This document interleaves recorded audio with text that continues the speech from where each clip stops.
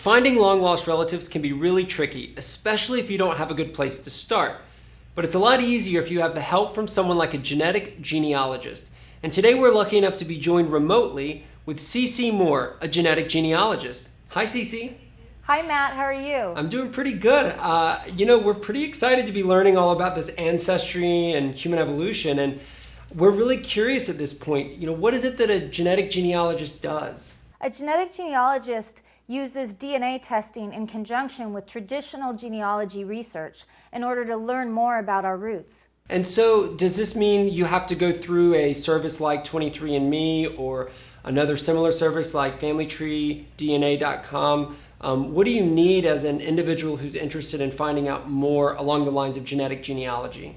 Well, you need to take a direct-to-consumer genetic genealogy test. So yes, that can be 23andMe, Ancestry DNA, or Family Tree DNA. Also National Geographic Genome 2.0, although that's more focused on ancient ancestry than it is applicable to our family trees. I see. And how do you get in touch with people? How do you interact with people? Do they come to you with questions? Do you help them find relatives? We have a very active genetic genealogy community. We have lots of forums and mailing lists, and there's people posting questions and answers all day long on these lists. So that's the best way to get involved and really learn how we're using DNA testing for genealogy. Also to get answers from a lot of the experts. We have really an amazing community with incredibly intelligent and knowledgeable people who are willing to help for free on these lists. So that's really how I would recommend getting started. Sign up, take the test with one of the companies, and while you're waiting for your results, get on one of the lists and start learning right away. Now, what kind of consumers end up interested in this kind of things? Do you find mainly just people with a generic interest, or do you find a lot of maybe adopted individuals? I think all of the above. When we first started with genetic genealogy, the early adopters were highly educated, a lot of times retired scientists of not geneticists, but other types of scientists and professionals from other industries. And now, as we've gone further with it and it's gotten more visibility among the general populace, we have a lot more people coming in from all walks of life, all different types of jobs, different ages, and certainly adoptees, because DNA testing for an adoptee is just a revelation, especially for one who had no knowledge of their biological roots. Now, that raises an interesting question, I think, for me and other people is, we don't often put a lot of thought into the considerations, ethical or otherwise, even just emotional or psychological. What are some of the important aspects that you think people should be thinking about whenever they're approaching this idea of finding family members and trying to reach out and grow their family?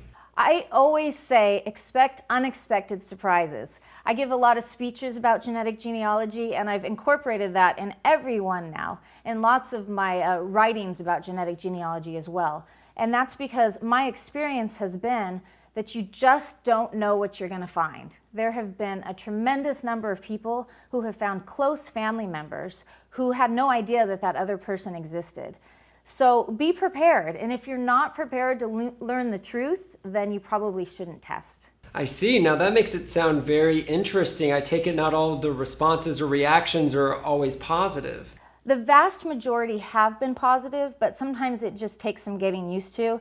When you don't know that you have a half-sibling or a child out there sometimes, or a first cousin, nephew, aunt, uncle, all of these types of relationships have been discovered.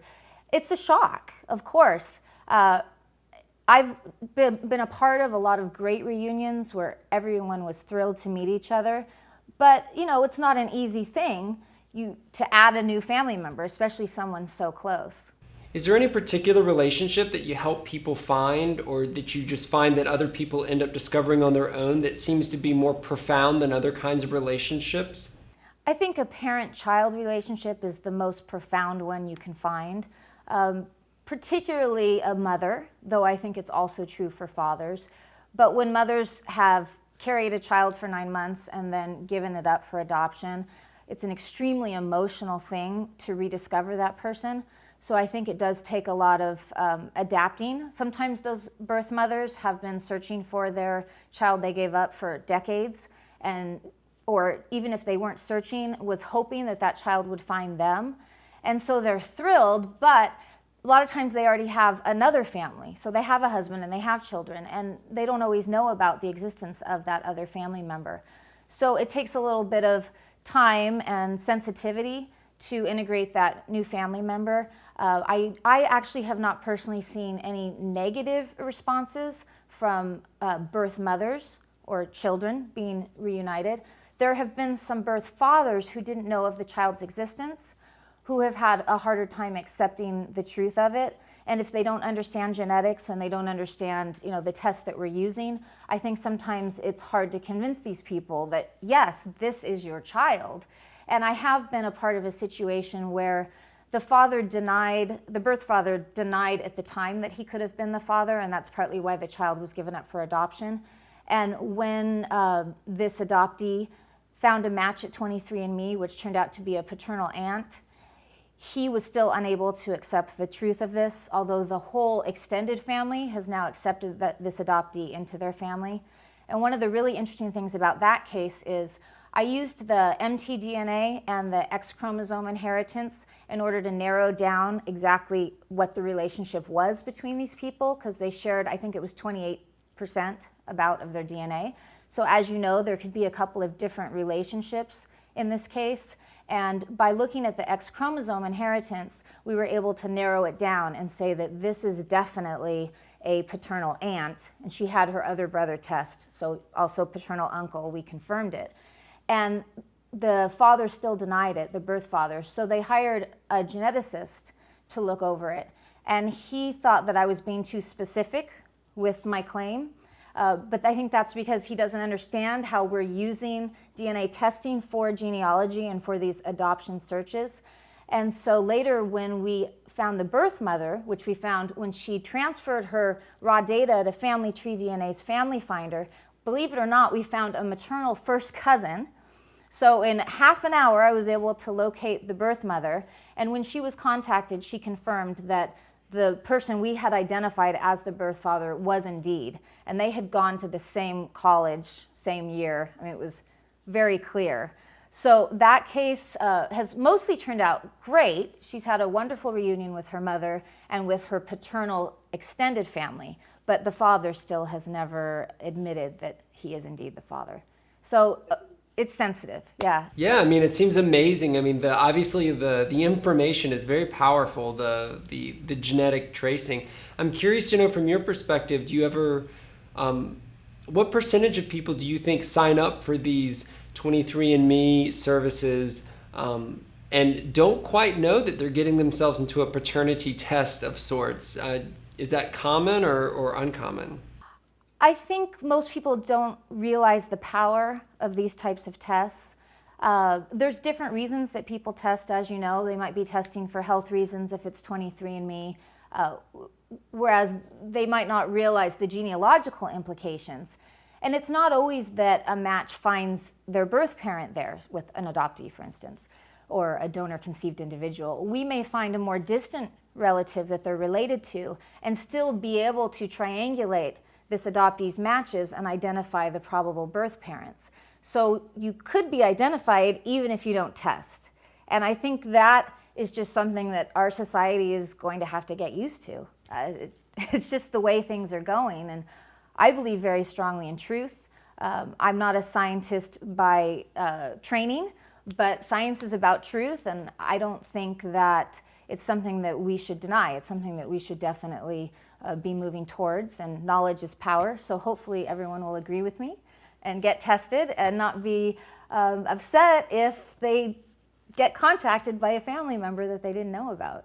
Exactly. We are definitely in a new information age where all of this can really change our outlooks and our family structures in lots of different ways. What for those of us, I sort of just realized, for those of us who don't know very much about genealogy at all, how far out do you go in a family structure as a genetic genealogist? Are you interested in, up to grandparents and maybe second cousins, or do you build out farther than that? Do you connect whole families? Kind of just give us some idea of how far out you go. Well, we're interested in our family trees as far back as we can go. So with Y-DNA testing, which has been used in genetic genealogy much longer than autosomal DNA tests like 23andMe, We're looking way back. We could be looking back into the 1400s even, because as you know, the Y chromosome changes very slowly. Therefore, a father and son will probably have an identical Y chromosome, and maybe a grandparent and a great-grandparent and a second great-grandfather on that direct paternal line. So we've used these surname studies to go many, many generations back, centuries back. With autosomal DNA, we're not looking quite so far back because of the recombination. However, when we first started using autosomal DNA for genetic genealogy, we were told that it was only going to work maybe 5 generations, 6 generations back. And especially with our adoption DNA research, we have proven that it works much further back. We're able to identify ancestral couples a couple centuries ago, actually, in these trees. And the way we do that is, for instance, if an adoptee knows nothing about their biological heritage, we would take all of their family trees of their DNA matches, so everyone who's willing to share at 23andMe or Family Tree DNA or Ancestry DNA, and we would start comparing those trees, looking for commonalities and intersections among their matches trees, since they don't know anything about their family tree. And if we see a certain ancestral couple over and over and over and over, we can be pretty sure that that's probably one of their ancestors as well, and if not their ancestors, certainly in an ancestral line, one of their branches of their family tree would have that ancestral line in it. And we've used couples very far back, like late 1600s, 1700s, and been able to build down to the present time. That takes a lot of work, believe me. And we wouldn't just do it with one couple. We would do it with various couples, build their descendants down to the present, and try to see where there's intersections between the descendants from those ancestral couples. And if we can do that, which we sometimes can, we can sometimes solve these adoption search cases without a close relative match. If we get second cousin or closer, we can almost always solve it. If we're only working with third cousins, fourth cousins, fifth cousins, and more distant, it takes a lot more work, but it has been done. That's really amazing. We have an individual in our course named Sterling who has actually submitted his DNA sample to 23andMe and gotten results back. And he has been able to find as close a match as a second cousin on the relative finder. Now, if you were chatting with him and he was looking for a next step, what advice would you give to him to sort of deal with trying to reach out to that person, or possibly, finding other connections that he could get more information from? There's a couple different things he should do. First of all, he may want to join one of our adoption DNA mailing lists. We have extremely helpful search angels on those lists who started out as traditional adoption search angels, so they know how to work with the records, and if he has any non-identifying information, that can really help to use that in conjunction with his DNA results. So we can help to teach him on those lists what he needs to do next, and sometimes, do more than just teach him, but handhold. And if he gets real close to the answer, one of the search angels will jump in and help. And when I say real close, a second cousin is really close. So he probably could find someone who'd be willing to help him work through these matches and try to identify his birth parents. And the way we would do that is we would take that second cousin match. Do you happen to know what the percentage is that's in common? I believe it's around, I think it's above 1%-ish. Okay, so we would look at the percent and try to determine if it's a solid second cousin match, or if it might be a second cousin once removed, or a third cousin.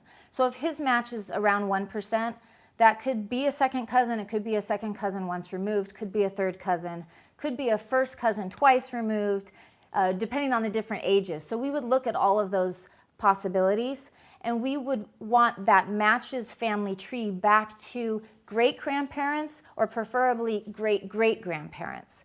Because they may, if they're true second cousins, they will share great-grandparents. But if they're second cousins once removed, it might be his great-great-grandparent and their great-grandparent, or the other way around. Or if there's a bunch of removals, it could even be a little further back in the tree. So as much as we can get of that family tree built from traditional genealogy, we want. If his match doesn't have it, then we would build that for them. So then we would look at all of those great-grandparents first, and we would build towards the present with their descendants, and we would try to find somebody in the right place at the right time who could be this adoptee's birth parent.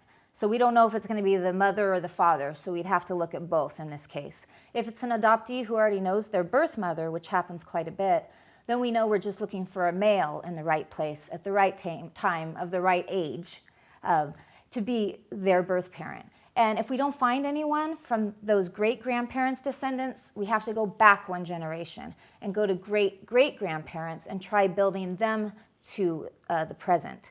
And if we still have trouble, what I would do is start looking at his other matches, preferably his next closest matches, but all of his matches are important. And we build spreadsheets. So this is a little complicated, but this is what we do. We get all of the matching segment data into a spreadsheet and we sort it. So it's in order. Chromosome 1, start, the beginning of the chromosome to the end of the chromosome. So like 1 base pair all the way out to the very end, 230,000, whatever it is. And we go to the next one, then chromosome 2, 3, 4, 5. And then we start looking at people who are overlapping on these matching segments. And we try to find groups of people who all would match each other. Now, since we know that there's 2 chromosomes at each spot, right, it might look like they're matching, but they're not. So we have to then triangulate, meaning do in common with, if it's family tree DNA, they have a feature where you can compare the matches and see if they match. Or at 23andMe, it's even better because we can actually compare them to see if they match on the same spot. So if I'm sharing with someone and sharing with someone else, I can compare them. So then we break those groups up into paternal and maternal chromosome. Now we don't usually know which is paternal and which is maternal, so we just call them A and B. So we'll have chromosome 1A and chromosome 1B, and we'll have groups of overlapping matches. Now what we would do is try to get the family tree information, the regular genealogy that are from documentary research, and compare these family trees of the matches, since the adoptee doesn't have one. And we look for commonalities and overlaps. So if we can find an ancestral couple that appears in some of these overlapping matches, then we know that that also has to be in the adoptee's family tree. And why is that? That's because each piece of DNA can only come from one of our ancestors, right? Now, it's probably an ancestral couple, so we won't know if it's from the man or the woman of the couple, but that's okay, because we know that this couple then goes in their family tree. And in this way, we can give adoptees their family tree back piece by piece. So even if we can't automatically tell them who their birth parents are, we can start giving them pieces of their heritage back, which is incredibly meaningful for adoptees, I've found. And I think it's hard for those of us who aren't adopted to understand that, but I've had a lot of adoptees say to me, I have ancestors. Like, it's so strange for them to know that they have ancestors. And this also works well for African Americans who can't get their genealogy past slavery. I've been able to identify a lot of their European ancestors by doing this. And we don't know where they fit in the tree yet, so they're just sort of floating around in space, not connected to which branch of the tree. But eventually, if you keep doing this, you'll be able to attach these ancestors to the correct branches of the trees. So it's really fascinating and exciting for genealogists, adoptees, anyone who has unknown parentage to discover these things that they didn't know about. I love it. That was a great answer. I mean, it sounds like so much work, but it sounds like it really pays off to everyone involved. You get a lot of information, and there's a lot of value in that, and sort of reestablishing your identity and your family structure. I have to ask, I've never met anybody who's so confident in their ability to actually say second cousin once removed, third cousin twice removed. And just my preparation for this course, I tried to get back into understanding those different relationships. How long did it take you to actually learn all those different cousin relationships, and does it make sense to you? It does. And as a genealogist, that's something we deal with anyway. But I don't think I had a really strong, confident grasp on it until I started doing genetic genealogy. And it's so important for autosomal DNA because it's going to half with it, the amount of DNA we expect to see on average in common is going to half with each removal. So you have to understand that a second cousin is going to have an average of expected DNA of 3.125%. I've seen it down to about 1%, and I've seen it up to almost 5%. So there's this huge range. But if it's a second cousin once removed, we're only expecting to see about half of that, so about 1.6%.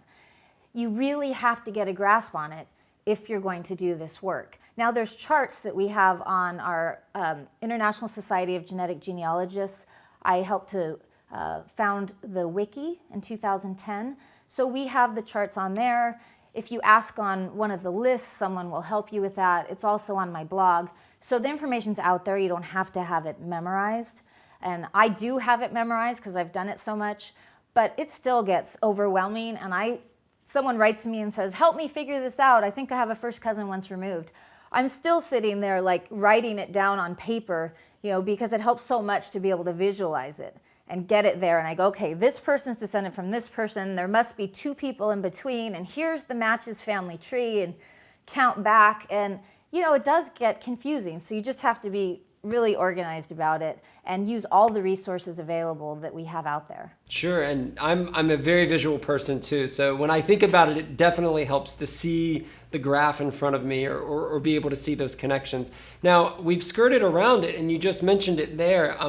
You actually run a very popular blog called Your Genetic Genealogist, and I'd love for you to tell us a little bit more about how you started that blog and what it means to you and what people use it for today. I guess that means I have to start at the beginning a little bit, which is that I was a genealogist, just hobbyist, and I've always loved genetics. It's not my career in the past. I wasn't trained in it, but I've always been drawn to it and always really loved it. And so when autosomal DNA was introduced for genealogical purposes by 23andMe, I jumped in with both feet. I was so excited. It was actually Catherine Borges, who is the director of ISOG, who first showed me what they were doing, and I just fell madly in love, and it completely took over my life. So it went from being a hobby to a full-time volunteer position and now a career. And part of that was starting my blog. I was answering a lot of questions all the time of people who needed help right away. And so I wanted a way to be able to answer those questions and not have to keep repeating the same answers over and over. I was also doing some really fascinating research with my own family and wanted to have a place to write that up. And I was corresponding with 23andMe a lot, people who worked over there. Right away, I established a good relationship with them. And it was actually one of them who recommended that I start a blog. It was Alex from 23andMe. He's not there anymore, but he was one of the early employees there. And he said, you should write a blog.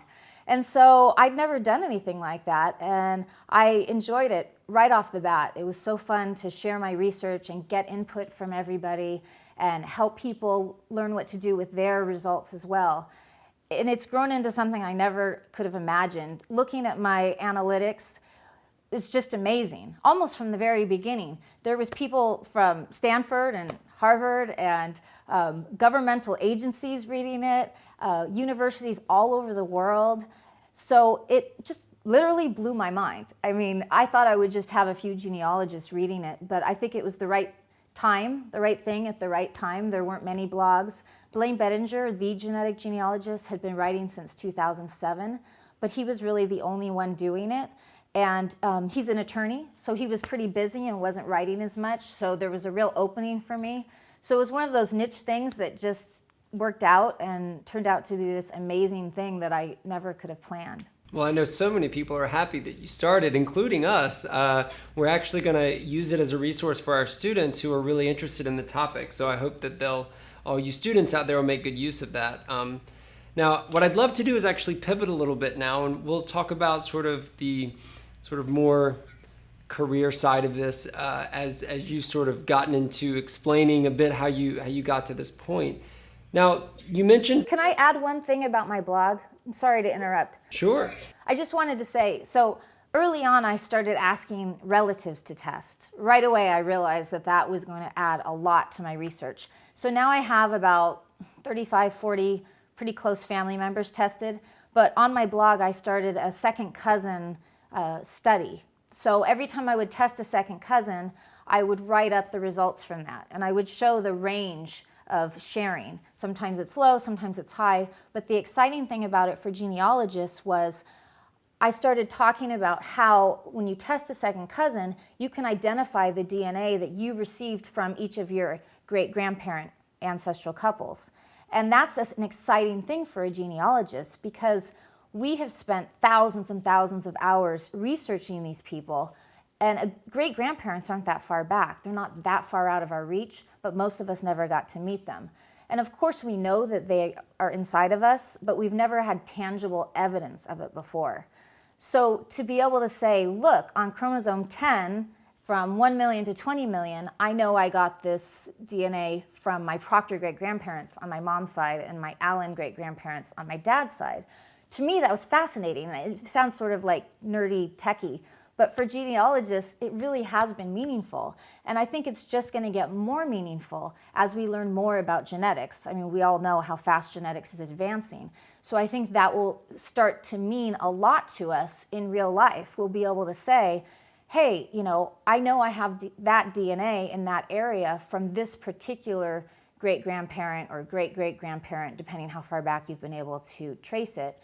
And that means that I got, say, the shape of my nose, for instance. I'm just making this up, but that particular gene from those specific ancestors. And so for those of us who just love our ancestors and would dig in dusty boxes for hours on end to find tiny little tidbits, this is extremely meaningful for us. So I think that's why genetic genealogy, in part, why it has exploded the way it has for our group, our community.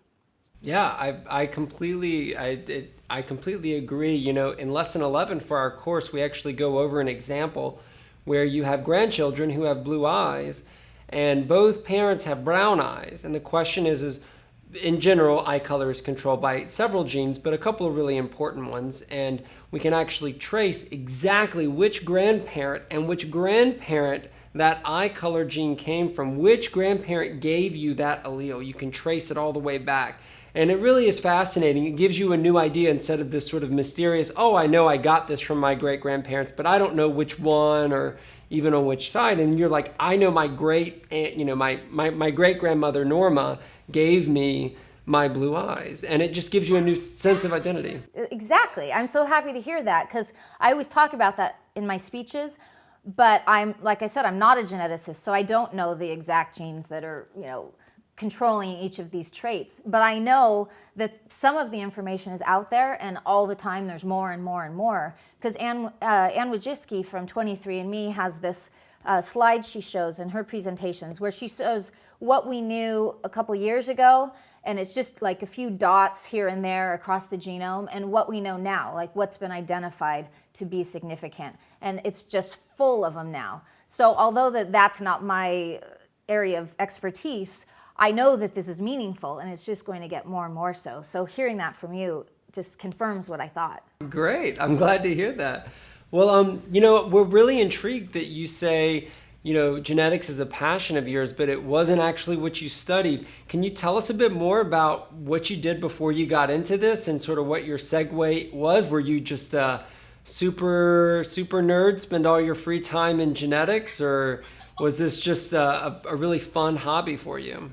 Genetics was always something that I was interested in, but I had not studied it. In fact, I was a music and theater major in college, and I had fallen in love with genetics just prior to that in my senior year in high school when I was in AP Bio. We had a little genetics section as part of our coursework, and I absolutely loved it. So I should have taken the clue then. And I loved it enough that I did think about changing my major, and I even investigated it. But I already had a scholarship for music at USC, and they didn't have a genetics undergraduate program, or I very well may have done it. But I just stuck with my original plan, and many years later, here I end up back again loving genetics. But this time, it took over my life. So I had started as a genealogist in 2002, I think was when I really got involved. And I was looking at making a family tree for my niece's wedding. And I'm the type of person who jumps in with both feet, and I did that and got kind of obsessed. And did genealogy for a few years before I got really interested in the genetics part of it. We were just using Y-DNA and mtDNA at the time, which I still thought was interesting, but I wasn't quite as fascinated as I am with autosomal DNA, and that's really become my focus, although I use the other types in conjunction with it many times, especially in adoption searches. So how did I get into it? So I started writing the blog, and I got so many questions from people and so much interest that it literally started taking over my life.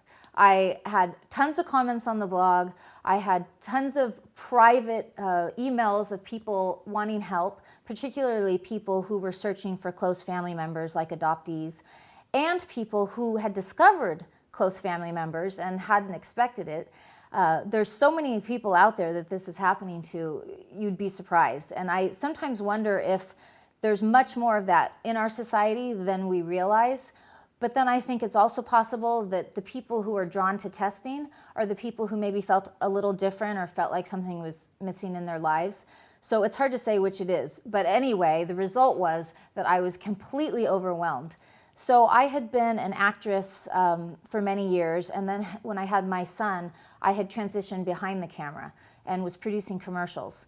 And my poor partner has had to completely take over our production business because I work about 18 hours a day, 7 days a week, doing genetic genealogy now. And I never would have imagined it would become my career. I don't have a science background. I've certainly taken science classes and always loved them, but that wasn't the direction I took with my career. So to go from entertainment and then end up in a science career in my 40s is definitely not something I would have ever imagined. But it is so fascinating. Every day I wake up in the morning and I immediately want to jump out of bed and run down to my computer and see what new fascinating things have transpired overnight. And believe me, there's always something.